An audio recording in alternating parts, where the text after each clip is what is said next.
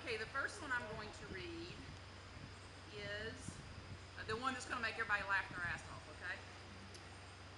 And that, y'all are, the ones that have heard me read this before know exactly what this one is. Right, Dara? Right, Steph? Yes. What? Before it even starts. I'm reading the one that's so, your line, your quote that you like. Oh, okay, yeah. I missed that. Okay. This is a prelude to a novel that I started writing years ago, and I still haven't gotten any farther with it. And every time I think I'm going to finish it or get another chapter done, I get distracted and I don't get anywhere. And it's called Southern Grace.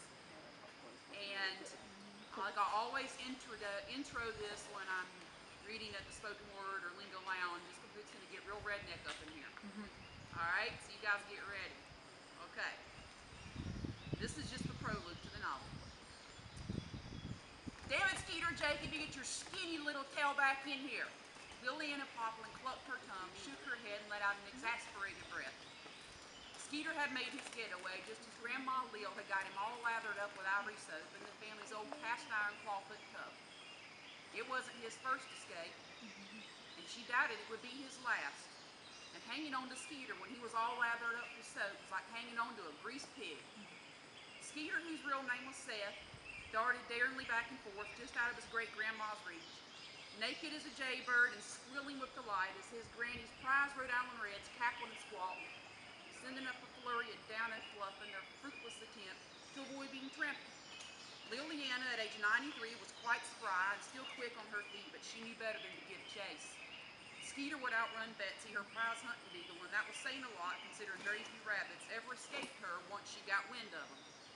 Skeeter was a spitting image of his Mama Grace, not taking away that he had a fair dose of his Papa Seth Sr. in it, too. That child didn't have a chance in hell of being anything less than a force of nature. What between his mama being a train wreck and his entrance into the world, making the front page of the Bedroe County Gazette. Liliana smiled as she drifted back in time to that day. The day of the worst hailstorm in Bedroe County history. April 29, 2001, County Highway 11, 8:30 p.m.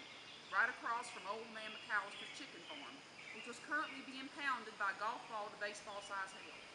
Old Man McAllister was an oddity. He bought them damn chickens not just to produce eggs, but to butcher them for meat. All I've got to say is you got to be pretty damn lonely to get so attached to your stupid chickens you ain't got the heart to kill them. No woman put up with his crotchety old ass, so the hens were all he had. He had thousands of them, 3,100 to be exact, and every one had a name. He kept track of it all in their birth and death in a huge record book. He'd also adopt them to approved no-kill homes. Today, the stench of chicken shit, what between the heat and humidity, was worse than the den of polecats. This is where I stop. What's a polecat? Skunk. Who didn't know that a polecat was a skunk? A polecat is a skunk. Y'all ever hear someone talking about polecats, they're talking about a skunk. All right? Every name in the South, every animal in the South has a redneck terminology attached to it. It's a separate language. Learn it. It will help you. It will possibly save your life one day. You get lost on some dirt road in the middle of nowhere in the middle of the night, some guy comes wandering out with a sawed-off double-barreled shotgun, speaking redneck could save you. Not speaking redneck could get you killed. All right, to continue. To top it off, several hundred had escaped onto the county highway, and it caused the worst pileup in the county and state of Georgia had ever seen. The hens that didn't wind up splattered all over windshields were either being taken out by hail or running amok on the highway, flying into people's windows. The cacophony was deafening as people ran screaming to the underpass for shelter, pounded by hail and blown violently around by 60-mile-per-hour winds that threw the chickens into their faces and under their cars. It sounded like the Armageddon had begun. As if that wasn't bad enough, Silas McCarter's red-boned hounds, stirred into a bloodlust by all the chaos, had escaped the kennels half a mile away up on McCarter Hollow Road. A dozen hound dogs spilled onto the highway, baying and crying hysterically as the slaughter began. Old Man McAllister joined in the fray, running up and down the highway with a big metal chicken feed pan tied to the top of his head, shooting off his old Winchester his dad had left and trying to protect his hens from becoming McCarter hound dogs' supper. As his shots found their marks, the casualties began to pile up. Julius Freeman's radiator, Carrie Neal's milk truck, was pouring milk out of the tailgates of the cooler. Holding dozens dozens of fresh frothy bottles of goat's milk he just picked up from Amos Walker's farm. Daisy Millie and countless other of his hens. Jubal, McCarter's prize hound dog, got his ear blown clean off. Sheriff Douglas Maples was crawling around the asphalt, screaming bloody murder and clutching his left butt cheek where he'd been grazed with shell, cussing and screaming that he'd see McAllister in hell.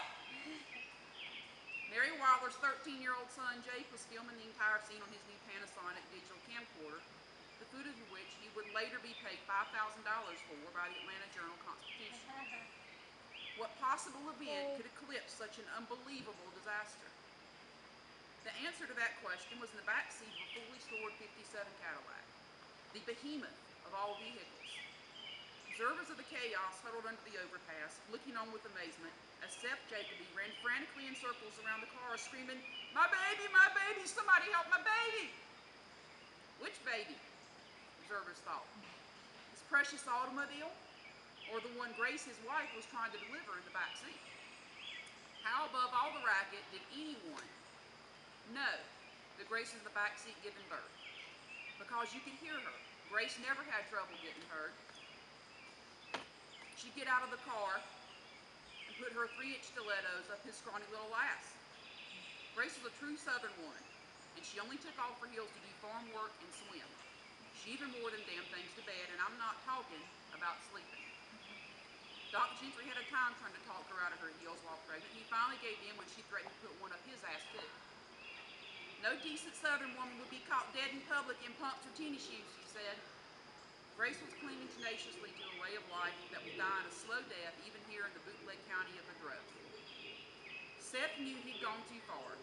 If Grace threatened to put her heels up your ass, to disobey was certain death. He climbed into the back seat, only to come flying back out backwards. A great whoosh came out of him as all his breath was forcefully expelled from his body, the result of a well-placed kick in the gut from Grace. He landed with a thud on the pavement. Seth shook it off like a trooper and went back in for more punishment. Seth, you got a lot of nerve worrying about this big hunk of metal more than your baby. If I wasn't in labor, I'd kick your ass from one corner of this county to the other. Not that Grace would let a silly thing like labor stop. She must be in a forgiving mood today. No sooner did Seth climb back in, what sounded like a banshee's death cry could be heard, and then silence for a few seconds, followed by the equally indignant cry of another poplin entering the world as if the world needed another one. Seth, obviously in shock from being kicked by Grace, said the stupidest thing anyone had ever heard him say. "My seats are ruined!" The words had barely left his mouth when he came flying back out of the car like a human missile, landing with a thwack on the pavement. This time he stayed there.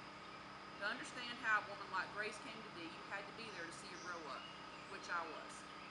Some of Monroe County's most infamous and shocking moments were owed to Grace. That's the novel prelude, and then I've got a poem to read. Maybe a couple poems. All right, let's see. What shall I read? I'll read the one that I wrote for my twins when they were babies. For Madeline and Catherine. It's called The Child Inside. Their gurgling laughter fills the air and finds its way into my heart. As a child, I learned how to care, now how to share the joy and laughter I knew from the start. Their flesh and blood is in their bodies I held, as they sleep in the shelter of my arms. The warmth of their soft skin penetrates the cold of a heart hiding the child inside that was born. The innocence and trust mirrored in their eyes is like a reflection of my distant past. Their unknowing courage tells no lies, a tragedy it may never last. The sunshine that radiates from their eyes is like a beacon to my lost soul. As I'm exposed to a blind love that never dies, yet they are only the half of the whole. They are my children, born of my womb.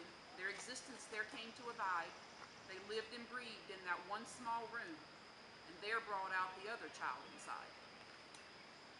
And this is my last point. Wait. It has Is it doing something? It's 15 seconds counting down to something. I think it might be out of memory. But I think.